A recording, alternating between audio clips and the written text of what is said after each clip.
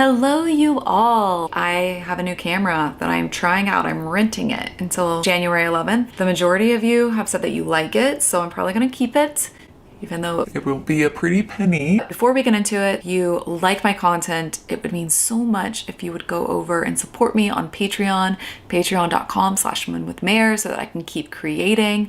I love all of my members over there. If you do the top tier, you get a song request every month to 2 months. So if that is something you are interested in, then head right on over there. But you can also not join and you can buy a song request. Also, I want to give you all a heads up that I was recently on the Dating Detectives podcast. I never thought that I'd be on a podcast where my life is like a true crime adjacent saga, but it is. I tell a lot more than what was shared in my book, but that was just because I wanted to cover other aspects. But if you all want to, go to the Dating Detectives podcast and listen to that. I am talking about this, telling you to go there, and at the same time, I have the instinct to tell you not to, because for like the darkest parts of my life, it's out there for anybody to hear. But I have to remind myself that there are other people that have expressed how grateful they were that I shared it, and that it makes them feel less alone. And I think that that's like my whole mission truly behind this channel and this community. I have to keep reminding myself of the bigger picture here, because that is ultimately what's more important than anything.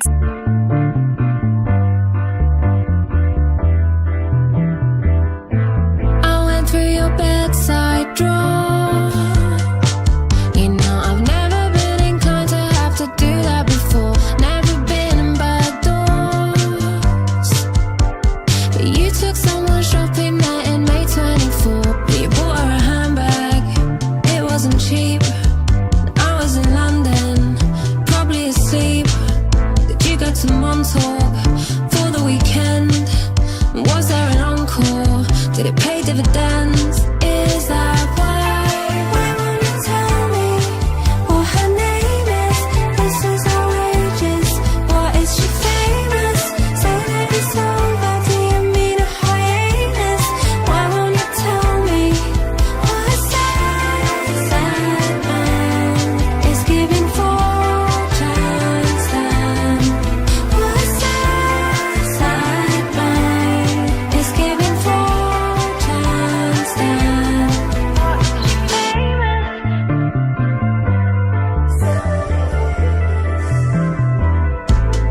What are you so scared of? Do you think I'm gonna contact her and tell her what for? Gonna get divorced? It's a marriage of convenience and it's her you adore. I think you're sinking, you're protecting a lie, and you don't want her thinking that you cheat on your wife. You're such a coward, you can't tell the truth. You love all the power, but you're not even cute though, no, no, no. Why won't you tell me what her name is? This is outrageous. What is she famous? Say that it's over. Do you mean a hiatus? Why won't you tell me what a sad man is giving fortune stand? What a sad man is giving fortune stand. Somebody famous. Somebody famous. Somebody famous. Oh my. That is so good. So this is classic devaluation stage. So victim, Lily Allen, she's being discarded completely. The admiration is over, the mask is cracking, and she's now monitoring her partner instead of trusting him, which is good because you cannot trust him anymore. No. But the trauma response that happens is that she is becoming hyper vigilant, and there's like an internal checking system that's going on inside of her. It's like when the relationship's hidden architecture is exposed. She's starting to see him for who he is. Like, ew, you're not even that cute. You're 4chan stan. Like, why is he keeping this woman quiet? Like, is she famous? Is that why? Or are you like someone who's on these subreddit online blog things? I don't know. Okay, on to Nonmonogamummy.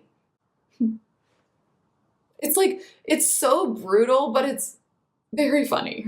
You ready? The original sounds, you know.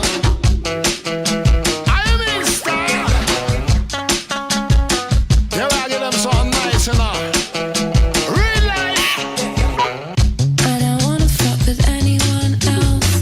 I know that's all you wanna do. I'm so committed that I'd lose myself, 'cause I don't wanna lose you. I changed my immigration status for you to treat me like a stranger. Why do I feel like such a failure?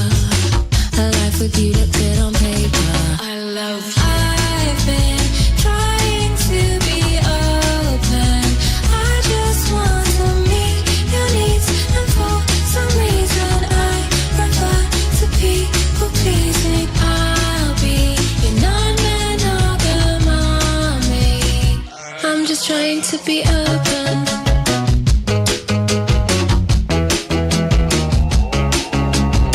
We fell in love, I landed on my feet. I was the cat that got the cream. We built a palace on the perfect street. You really sold me on a dream. And now I'm looking at my Tinder. Or maybe I'm more of a hinder. He wants to take me out to dinner. Hope he looks better than his picture. I love you. I've been trying to be open.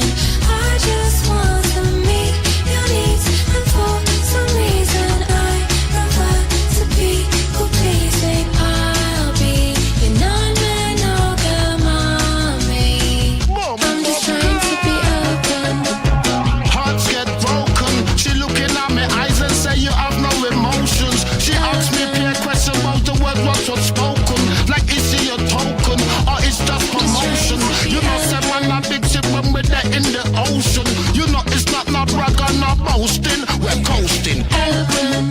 'Cause we try to be open. I look in your eyes, you say your heart is broken. Open. Me tell you that you're chosen, and you tell me that your heart get frozen. Just trying to be open. All of my top, all of my one, all of my top, all of my one, all of my top, all of my one, all of my top, all of my one, all of my top, all of my one, all of my top, all of my one, all of my top, all of my one, all of my top, all them one day.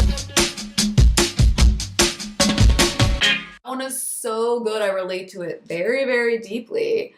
It's like she's still wanting him to want her. She moved all the way over here, changed her immigration status to be with him. He sold her on a dream. That's what narcissists do. She is articulating the cost of relationship and the cost of believing in the narcissistic partner's narrative and talking about it like looking better on paper. It's true. Like most narcissistic relationships, they look so much better on the outside, and there's like a collapse that happens on the inside. You can tell that there more needs to be unpacked for her to empower herself. Right now, feeling like such a failure. Ugh, I still have days like that and I hate it. She's going from like self-blame versus the real problem, the betrayal. Oh, there's like internalized shame that needs to be unpacked here. And it seems like it's not just anger, it's going to like a moral injury, like it was a violation of trust. Your trust is violated in this kind of way. It's like causes a lot of existential questioning and about your life and how could you not be aware of this? So it's like you're mourning the myth, but going toward like identity reclaim phase is coming. And when I say that it's coming, it's because you can tell that the victim, like her, like she's recognizing the cost. She's asking deep questions and she's starting to detach herself from her partner's reality, which is so important at this stage. I think you're in love with somebody else. Felt you pull away, and now I'm blaming myself. You keep me in the dark. Tell yourself it's kind. Protect me from the pain. Meanwhile, I'm losing my mind. Look at my reflection. I feel so drawn, so old. I booked myself a facelift, wondering how long it might hold. I gave you all my power, to how I'm seen through your eyes, through your eyes. But you give me just enough hope to hold on to. Nothing, yeah, you give me just enough hope to hold on to.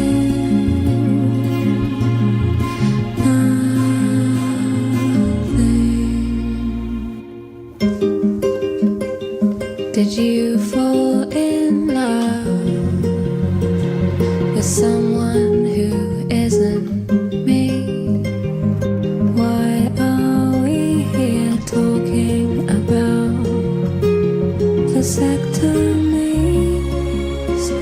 Did you get someone pregnant? Someone who isn't me? Did you take her to the clinic? Did you hold her hand? Is she having your baby? But you give me just enough hope to hold on to. Nothing, yeah, you give me just enough hope to hold on to. Don't you? Oh, I keep saying I'm gonna stop, but then I don't because it's just so good. First of all, I think I'm about the same age as Lily Allen, and now while I didn't consider a facelift, probably because I can't afford it, and it's not time yet, will be eventually. I absolutely, I talk about it like aging and everything. I just looked in the mirror. I felt disgusting. I felt ugly. I feel like trash, honestly. And there are days that pops back up and that insecurity is just so loud and it's as if I can't get it out of my head. But I also remember that it isn't all on the outer. Beauty is on the inside too. She's talking about like how she saw herself through his eyes. So I feel like that's addressing how a lot of times women will want to change ourselves or look a certain way for the male gaze. And definitely working against that. And I think that it's important that she talks about this, but then also, I had a moment when I was going through this where I lashed out. I texted the other woman and I said, please let me know if my son is going to have a sibling soon. Like I just, and the fact that she's here talking about, why are we talking about vasectomies? Like, did you get somebody pregnant? Like, of course her mind would go there. Like she's found out the worst things. It's like, of course that's probably something that's going on too. And it's crushing. So I feel for her, but I also want to talk about the part of it that's around narcissistic abuse. Typically, this language of just enough reminds me of being trauma bonded. You will get breadcrumbs. They'll do just enough to kind of keep you there. And because you so want the past that you were used to, you will keep staying in it. She's no longer in shock, but she's still very dysregulated. And her nervous system, I think, is toggling between rage and sadness and disbelief. It's just swirling.